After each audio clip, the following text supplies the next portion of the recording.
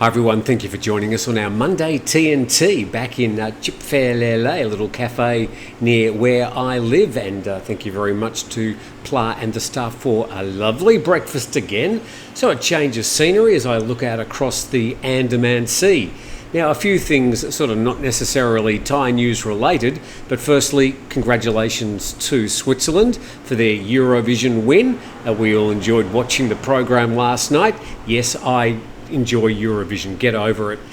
Secondly, I saw a film on the weekend which was filmed almost entirely in Phuket, a big major film on Netflix, so I'll have a talk about that at the end of the program. But also yesterday we had just lined along, which I think I've established is the longest beach in Thailand, we had a fishing competition which was quite amazing to watch. People standing on the shore, casting out into the surf, and I don't really know if they caught anything, but there would have been, I suppose, a few hundred fishermen, and they brought their families and their utes, and they were parked along the foreshore here. So a great day, and I think enjoyed by everybody. Hopefully the restaurants and the cafes did okay out of that. Anyway, let's get started with today's news. And starting off on Monday the 13th of May with an awful story. This reported in Thai PBS World. A body found in barrel recovered from a reservoir in Chonburi, and the body of a man was found stuffed into a 200-litre plastic drum covered with cement on Saturday. It was retrieved from the Map Prachan Reservoir in Banglamung district of Chonburi, and divers from the Sawang Borobun Tamasatan Foundation were sent to look for a 200-litre plastic drum in the reservoir, and it took them about 2 hours to find the drum in the 3 metres of water, only about 2 metres from the shore. When the drum was pried open, the body of a man about 170 metres tall was found inside, covered by cement. Now, another version of the story came out probably a bit later with some additional information. We go to nationthailand.com. The headline: police hunting for suspect involved in abduction and killing of South Korean. And some more details in this story. Thai police are intensifying efforts to apprehend 2 South Korean suspects believed to have murdered their compatriot and disposed of the body in a barrel by submerging it in water. And the man identified was a South Korean national Ro Ui-jong, who's 34. And apparently on May the 7th, Ro's mother in South Korea received a phone call informing her that her son had drowned their drugs, and they demanded 3 million baht as ransom, otherwise her son would be killed. And Ro's wife, who's a Thai national, said she'd last seen Ro on May the 2nd at a nightclub in the RCA area of Bangkok. I don't know where that is. Upon reviewing CCTV footage, it was found that on May the 2nd at around 2 a.m, 2 men had taken Ro away in a rented car that headed towards Pattaya, where they switched to a pickup truck and then checked into an accommodation near the reservoir in Pattaya. And on May the 11th, the police mobilised a team of divers to this reservoir in search of evidence. They found a black plastic barrel weighted down with cement and discovered a man's body inside. A preliminary identification is underway, but it's believed to be Ro, the missing Korean. Now, the 2 suspects, one had been identified, but he'd fled the country on May the 9th, while the other remains at large and is currently being pursued. So another of these body in a barrel cases, and it looks like the police are hot on the trail of these 2 suspects.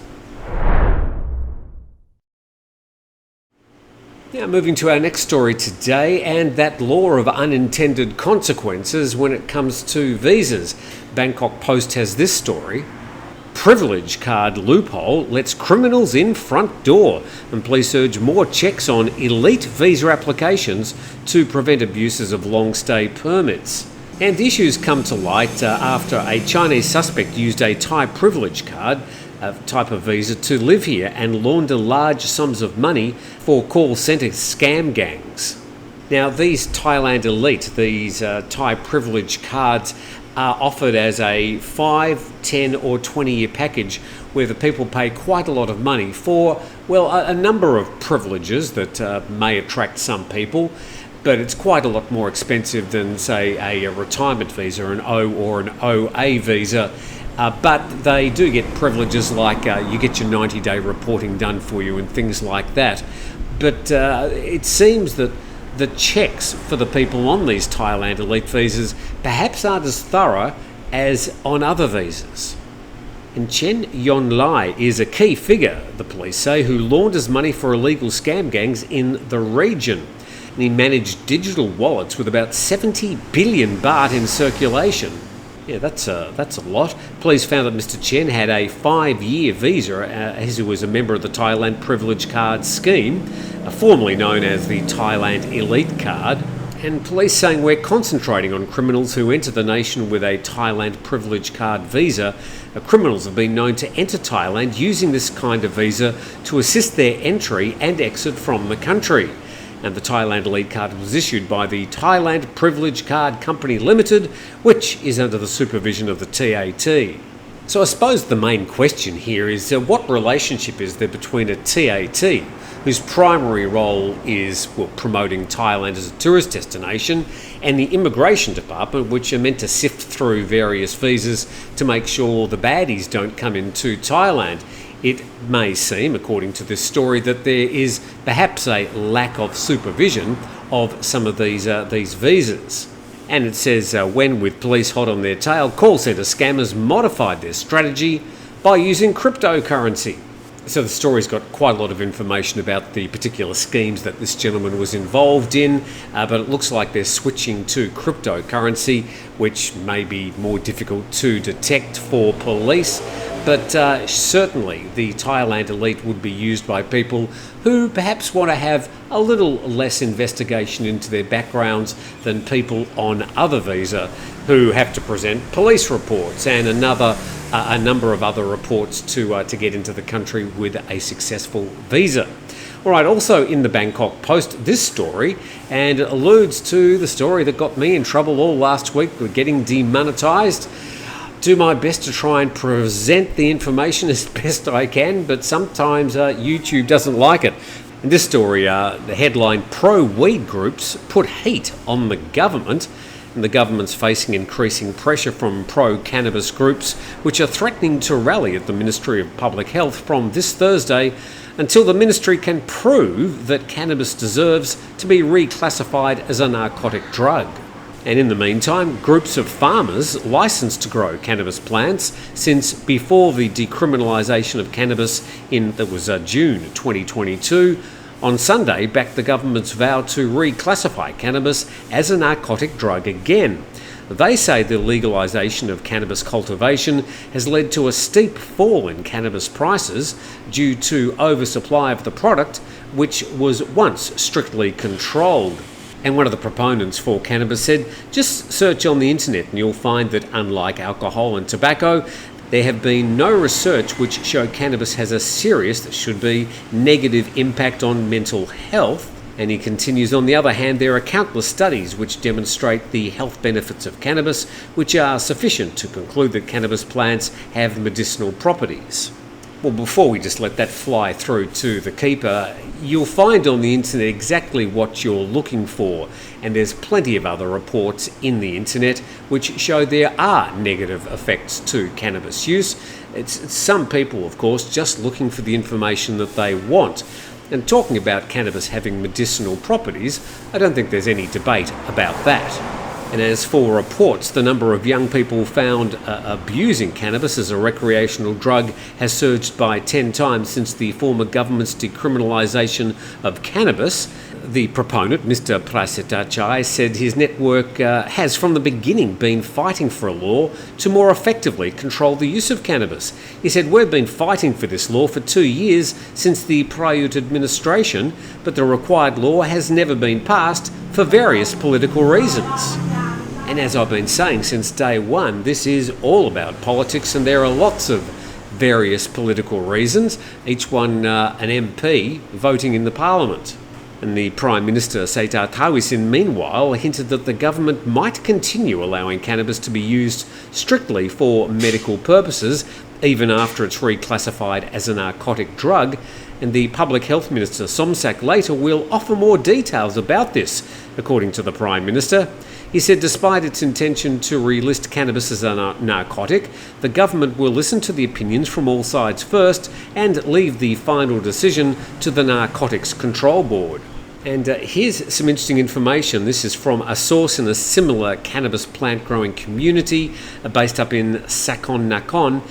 And they said before 2022 cannabis decriminalisation, dried marijuana leaves used to be sold at 10,500 baht per kilogram, but now the product sells for just 5 to 10 baht per kilogram. Worse still, he said, several tons of cannabis plants which have been harvested previously remain in stock awaiting buyers. Well, so much for the huge economic benefits, according to that person anyway. Maybe some people are making lots of money out of it, but clearly there are some that aren't. But we will continue to follow this debate. At some stage, there will be a cannabis bill put up to Parliament. In the short term, it looks like the Narcotics Control Board will decide whether it's going to be relisted as a narcotic again. So there's plenty more to happen before this is resolved.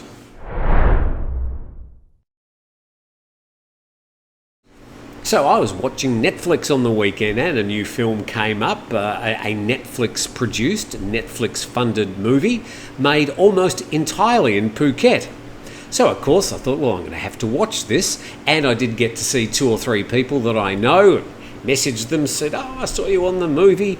It was quite interesting to watch. I mean, the movie was, seen it 1,000 times, bit of a rom-com, but the fun was for me seeing all these locations that I knew and largely recorded at the Antara Hotel. Now I'm interested to know how much they would have paid for the privilege of having the movie recorded there. I'm thinking they'll probably get lots and lots of bookings out of it. But plenty of sights and scenes, including this on Mueang Beach where the planes land. We've got the big Buddha. Plenty of sightseeing down Phuket town, and of course out onto Phang Bay and some of the locations including James Bond Island. So a real showcase of locations on the island. Well, I hope I don't end up with a copyright strike on that. Anyway, it was good to see a bit of scenery, and we did see a lot of the Antara Resort. The only Hollywood name that I recognised was Brooke Shields, who's now, well, a middle-aged woman. I think the last movie I saw her in was Blue Lagoon or something back in the 1980s. She's quite a tall woman.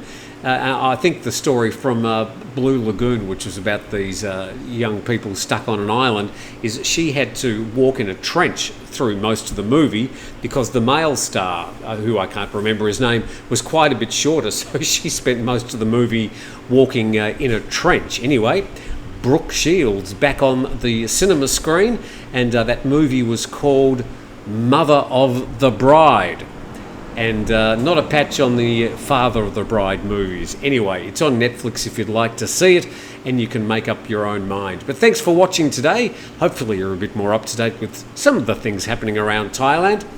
Please support the channel. The best thing you can do is subscribe and maybe share it with some friends. Otherwise, have a fantastic Monday. We look forward to seeing you tomorrow.